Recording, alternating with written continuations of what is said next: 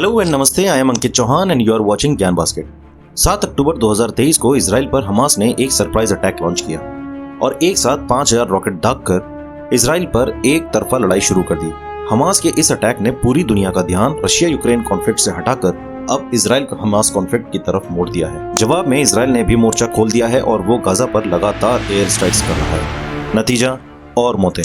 इस लड़ाई में अभी तक कम से कम 5000 से ज्यादा लोगों की मौत तो ऑलरेडी हो चुकी है। अब ऐसे में बड़ा सवाल ये उठता है कि आखिर इस झगड़े की वजह क्या है और क्यों दोनों साइड एक दूसरे से इतनी नफरत करते हैं। और इससे बड़ा सवाल तो ये है कि क्या कभी इजराइल और हमास के बीच हमेशा के लिए शांति आ पाएगी। असल में किसी भी डिस्प्यूट को अगर समझना हो तो पहले उसकी हिस्ट्री को समझना जरूरी होता है और ये मामला लगभग 75 साल पुराना है। तो आइए समझते हैं कैसे इजराइल बना, कैसे वेस्ट बैंक और गाजा पट्टी अस्तित्व में आए और क्यों हमास जैसा मिलिटेंट ऑर्गेनाइजेशन बना। समस्या को समझने के बाद ही समाधान का रास्ता भी निकलेगा। इस लड़ाई की दो मुख्य वजह हैं, पहला रिलीजन और दूसरा जमीन। दरअसल बात है वर्ल्ड वॉर 1 से पहले की। जमीन के इस हिस्से में जहां पर आज का इजराइल, गाजा पट्टी और वेस्ट बैंक है, वो पहले कभी विशाल ऑटोमन साम्राज्य का हिस्सा थी और ऑटोमन एम्पायर की इस टेरिटरी को पैलेस्टीन कहा जाता था, the area between the Jordan river and the Mediterranean sea. Palestine हजारों सालों से यहूदी, ईसाई और इस्लाम धर्म को मानने वाले लोगों के लिए एक विशेष धार्मिक स्थान है, खासकर जेरूसलम, जहां पर एक तरफ यहूदियों के लिए वेस्टर्न वॉल नामक एक स्थल है जिसे वो अपने धर्म में सबसे पवित्र स्थान मानते हैं, तो वहीं दूसरी तरफ थोड़ी सी दूरी पर ईसाई धर्म को मानने वालों के लिए वहां है चर्च ऑफ द होली सहपुल्का, जहां माना जाता है कि ईसा मसीह को क्रूसीफाई किया गया था और वहीं पर वो पुनर्जीवित भी हुए थे। इसके अलावा जेरूसलम में है अल अक्सा मस्जिद, जो कि इस्लाम धर्म को मानने वालों के लिए मक्का मदीना के बाद तीसरा सबसे बड़ा धार्मिक स्थान है। इनफैक्ट पैलेस्टीन को तीनों धर्म में होली लैंड का दर्जा प्राप्त है, इसीलिए एक जमाने में यहाँ पर तीनों धर्मों के लोग रहा करते थे। अब आते हैं वर्ल्ड वॉर 1 के बाद, जहाँ पर कहानी में रियल ट्विस्ट आने लगा। वर्ल्ड वॉर 1 1914 से 1918 तक चला। इस युद्ध के अंत तक आते आते ऑटोमन एम्पायर कमजोर पड़ने लगा और साल 1922 के अंत तक ऑटोमन साम्राज्य एक इतिहास बन गया। इसी पीरियड के दौरान अरबी और यहूदियों के बीच शुरू होता है एक पावर स्ट्रगल पैलेस्टीन को कंट्रोल करने का। एक तरफ यहूदी, जिन्हें हम ज्यूज भी कहते हैं, अपने लिए एक सेपरेट स्टेटहुड डिमांड करने लगे, तो वहीं पैलेस्टीन के अरबी लोग इसके बिल्कुल विरोध में थे। मामले को बिगड़ता देख इस मुद्दे को सुलझाने के लिए लीग ऑफ नेशंस, जी हाँ आज की यूनाइटेड नेशंस का पूर्वज, उसने यूनाइटेड किंगडम को इस मामले को सुलझाने का मैंडेट दिया और बदले में यूके ने भी वही किया जो करने में वो एक्सपर्ट थे, यानी डिवाइड एंड रूल। 1917 में यूके ने बाल्फोर डिक्लेरेशन दुनिया के सामने रखी, जिसमें पैलेस्टीन को डिवाइड करने का प्रपोजल था। इस प्रपोजल के मुताबिक ज्यूज के लिए एक सेपरेट स्टेटहुड दिया जाना था, बट ये डिक्लेरेशन सिर्फ कागज पर थी, अभी तो रियल एक्शन शुरू होना बाकी था। 1930 का दशक आते आते अरबी और यहूदी लोगों के बीच बहुत खून खराबा हुआ। इस दौरान यूरोप के कई हिस्सों में भी यहूदियों के साथ भेदभाव भी बहुत हुआ। इनफैक्ट 1940 से 1945 तक दूसरे विश्व युद्ध में जर्मनी की नाजी विचारधारा के लोगों ने यहूदियों की खूब बलि ली। आपने हॉलोकॉस्ट के बारे में भी सुना होगा, जिसमें हिटलर ने ज्यूज कम्युनिटी का जेनोसाइड करवाया था और इसमें हिटलर ने लगभग 6 मिलियन ज्यूज को मरवा डाला था, जो कि जर्मनी के इतिहास में आज भी एक बहुत बड़ा काला धब्बा है। और इसीलिए उस वक्त ज्यूज के लिए एक सेपरेट कंट्री के इस सेंटिमेंट को इंटरनेशनल सपोर्ट भी मिलने लगा। इसीलिए 1945 में जब वर्ल्ड वॉर 2 खत्म हुआ और आज का यूनाइटेड नेशंस बना, तब यूके ने 1947 में पैलेस्टीन का डिवीजन का मैटर यूएन को सौंप दिया। डिवीजन के बाद कुछ हिस्सा ज्यूज को मिलता और कुछ हिस्सा पैलेस्टीन को मिलता और जेरूसलम और बेथलेहम को इंटरनेशनल सिटीज बनाया जाता। ये प्रपोजल पैलेस्टीन की यहूदी लीडरशिप को तो एक्सेप्टेबल था, बट अरब लीडरशिप को बिल्कुल मंजूर नहीं था और इसी डिसीजन ने आज के झगड़े की बुनियाद रखी। फिर आता है कहानी का एक नया क्लाइमेक्स, 14 मई 1948। ये वो तारीख थी जब पैलेस्टीन की यहूदी लीडरशिप ने खुद को एक अलग कंट्री डिक्लेयर कर दिया, which was properly backed by the UN. और इसी मूव के साथ दुनिया के नक्शे पर जन्म हुआ एक छोटे से देश का, जिसका नाम था इजराइल। लेकिन ये देश अभी पैदा ही हुआ था कि चुनौतियां इसके सामने मुंह उठा के खड़ी थीं। इजराइल के 5 अरब पड़ोसियों ने मिलकर इजराइल पर आक्रमण कर दिया। ये 5 कंट्रीज थी, इजिप्ट, सीरिया, लेबनान, जॉर्डन और इराक। 1948 की अपनी इस पहली लड़ाई को इजराइल्स वॉर ऑफ इंडिपेंडेंस भी कहा जाता है। यहाँ पर जानने वाली बात यह है कि इजराइल को यूएस और बाकी वेस्टर्न कंट्रीज का फुल सपोर्ट था। अब इजराइल के क्रिएशन के साथ ही जुड़ा है गाजा और वेस्ट बैंक की जन्म की कहानी। 1948 में शुरू हुई ये लड़ाई 1949 तक चली, जिसके बाद कई किस्म की शांति समझौते हुए और सरहद की नई लकीरें खींची गईं।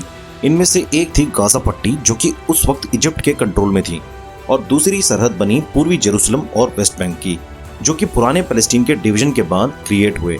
ये जॉर्डन नदी से सटा पश्चिमी हिस्सा है।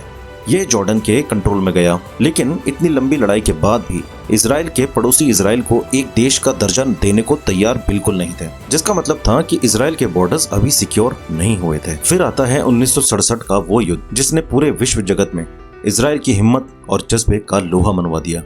इस युद्ध में इन्हीं 5 देशों ने फिर से इजराइल पर एक साथ आक्रमण किया और इजराइल फिर से लड़ाई का सिकंदर बनकर उभरा। लेकिन इस बार इजराइल ने यह युद्ध न केवल 6 दिनों में जीता, बट उसके अलावा जॉर्डन से वेस्ट बैंक और पूर्वी जेरूसलम, सीरिया से गोलन हाइट्स, इजिप्ट से सिनाई पेनिनसुला और गाजा पट्टी छीनकर अपने कंट्रोल में ले लिया। हालांकि फिर से इस युद्ध में इजराइल को यूएस का फुल सपोर्ट था। 1967 की 6 दिनों की ये लड़ाई इजराइल के लिए एक निर्णायक समय था, जिसके बाद साल 1979 में इजिप्ट ने इजराइल के साथ शांति समझौता किया और इजराइल को एक कंट्री का दर्जा दे दिया, और बदले में इजिप्ट को इजराइल ने सिनाई पेनिनसुला वापस लौटा दिया। इसके बाद साल 1988 में जॉर्डन ने वेस्ट बैंक और ईस्ट जेरूसलम पर से अपने सारे टेरिटोरियल क्लेम्स रेनाउंस कर दिए और 1994 में इजराइल को एक राष्ट्र का दर्जा दे दिया। इसका मतलब गाजा पट्टी और वेस्ट बैंक का फुल कंट्रोल 1967 से आज तक इजराइल के पास रहा है, जो पैलेस्टीनियन अरब्स को बिल्कुल मंजूर नहीं है। अब आते हैं कहानी के दूसरे पड़ाव पर, जो है पैलेस्टीनियंस और इजरायली लोगों के बीच का मनमुटाव। आज की तारीख में इजराइल वेस्ट बैंक का तकरीबन 60% एरिया